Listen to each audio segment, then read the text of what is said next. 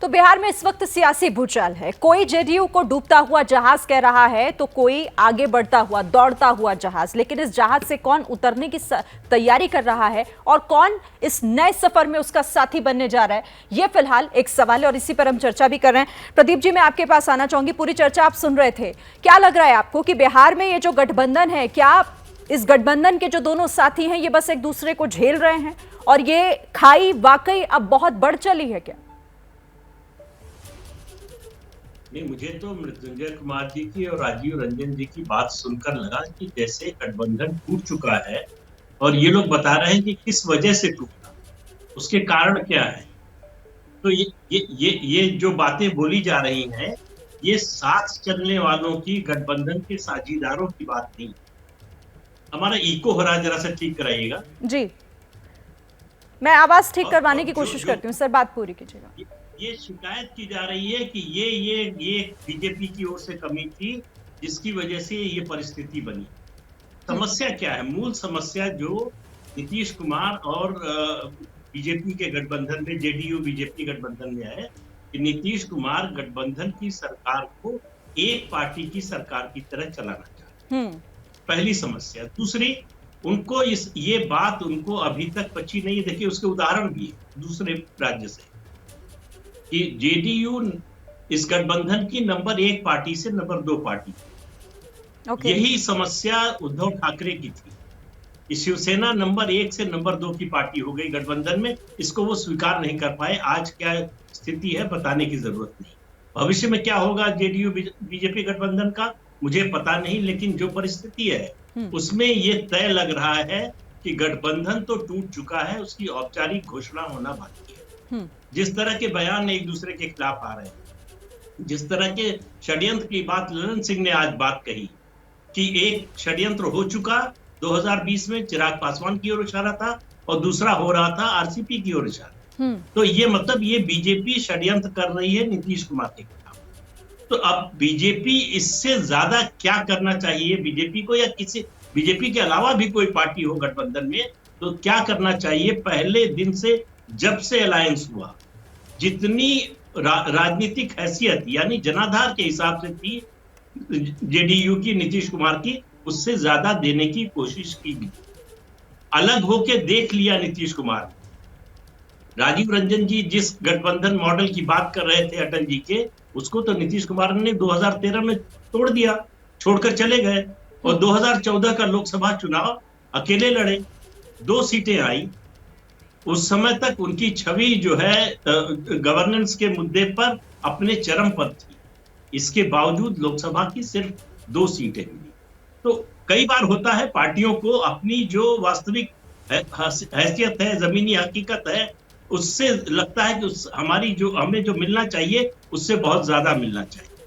तो अगर ये गठबंधन टूटता है, आरजेडी जेडीयू का बनता है, वहां भी जेडीयू नंबर 2 की ही पार्टी होगी, नंबर 1 पार्टी वहां नहीं बन जाएगी। तो अगर नीतीश कुमार को लगता है कि बिहार के लिए, उनकी पार्टी के लिए और बाकी लोगों के लिए अच्छा होगा कि ये गठबंधन टूट जाए और आरजेडी और जेडीयू का फिर से गठबंधन बने, तो उनको इसकी घोषणा कर देना चाहिए। इसको खींचने का कोई मतलब नहीं। जो गठबंधन अंदर से दोनों पार्टियां नहीं चलाना चाहती है, उसको बनाए रखने का कोई औचित्य नहीं है। ठीक है, ये मजबूरी क्या है मैं समझूंगी यहाँ पर राजीव रंजन से, लेकिन आनंद माधव भी हमारे साथ है, कांग्रेस की तरफ से जुड़े हुए हैं। आनंद माधव जी, कांग्रेस इस पूरे जो अभी बिहार के राजनीति में जो इस वक्त परिस्थितियां बनती हुई दिखाई दे रही है, कांग्रेस कैसे देख रही है और कहां पर है? आप लोग कैसे देख रहे हैं इस सिचुएशन को? सबसे पहले तो आपको धन्यवाद मौका देने के लिए बोलने का। सच्चाई ये है कि आरसीपी तो एक बहाना है नीतीश को निपटाना है। जो भाजपा का सत्ता का खेल है, उस सत्ता के खेल में जैसे वो हर जगह वो रचने का प्रयास करते हैं और हर जगह काफ़ी जगह उनको सफलता भी इसमें मिली है, तो ये सच बिहार में भी दिखने को अब सामने में बिल्कुल स्पष्ट आ गया है। शुरू से ही जब से ये दोनों गठबंधन साथ में आए हैं, तब से नीतीश कुमार जो है वो याचक की भूमिका में शुरू से काम कर रहे हैं और हमेशा ऐसा लग रहा है कि वो कुछ मांगने की भूमिका में, इसीलिए ये सत्ता का खेल चल रहा है। एक बात और ये है कि नीतीश कुमार जी और आरसीपी जी इन दोनों का संबंध आज का नहीं है। पिछले ही साल इन लोगों ने अपने दोस्ती का सिल्वर जुबली मनाया था, यानी ये 26वां साल चल रहा है उनका। उनके सेक्रेटरी जब रेल मंत्री थे तब रहे, उसके बाद यहाँ आके सेक्रेटरी हुए।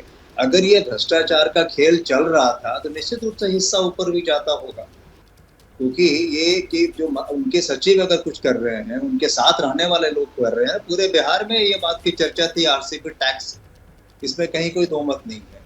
तो उस समय क्यों सोए हुए थे जब लोग आवाज उठा रहे थे, लोग इसके बारे में चर्चा कर रहे थे, तो उस समय क्यों खामोश थे और बने हुए थे बिल्कुल ईमानदार पुरुष और सुशासन पुरुष। तो यहाँ कहने का अर्थ ये है कि जो परिस्थितियां बन गई हैं उस परिस्थिति में दोषी हैं। और यही नहीं, ये सिर्फ अकेले आरसीपी नहीं है। अगर जरा जांच कराया जाए इनके और भी अन्य केंद्रीय और राज्य के मंत्रियों के, तो स्पष्ट रूप से चीजें सामने आ जाएंगी। लेकिन जांच किस पर होता है? जब कोई सत्ता का खेल होने की बात होती है तो तब उस तरह की राजनीति होती है। इंक्वायरी बैठाइए ना, क्यों नहीं इंक्वायरी बैठा रहे हो? ईडीआई की, आईबी की, इनकम टैक्स की बैठाइए इंक्वायरी, देखिए इसमें स्पष्ट रूप से सब चीज सामने में आ जाएगी। जो इनका ये है, सच्चाई ये है कि किसी न किसी बहाने भारतीय जनता पार्टी अब यहाँ, और आरसीपी प्लस बीजेपी देखिए। आप आरसीपी को अकेला मत देखिए, नहीं तो कोई और होता तो अब तक कहाँ चला गया होता। ये बात सच है, ये बात हमको और आपको सबको स्वीकार करना होगा। तो जो बिहार की राजनीति है उसमें भी आप आरसीपी प्लस बीजेपी करके देखिए, अकेले आरसीपी को मत देखिए, वरना किसकी बदौलत इतनी बातें वो कह पाते। और ये जो दूरियां बढ़ती हैं, ये सत्ता का जो संघर्ष आपस में है उसी को लेके है, और किसी तरह से ये निपटाना चाहते हैं नीतीश कुमार को, भारतीय जनता पार्टी यहाँ पे, उसी का ये पूरा का पूरा खेल चल रहा है। ठीक है। ये हैं शर्मा जी, जो रात का खाना और देश दुनिया की सुर्खियां दोनों लेते हैं सुमित अवस्थी के साथ। अब ये हैं इनके पड़ोसी बनर्जी साहब। मिष्टी दोई खाते खाते पूरा बंगाल जान लेते हैं सुमन दे के साथ। इनकी तरह आप भी देखें अपने फेवरेट न्यूज एंकर को एक ही ऐप पर, और डाउनलोड कीजिए एबीपी लाइव ऐप अपने स्मार्ट टीवी पर।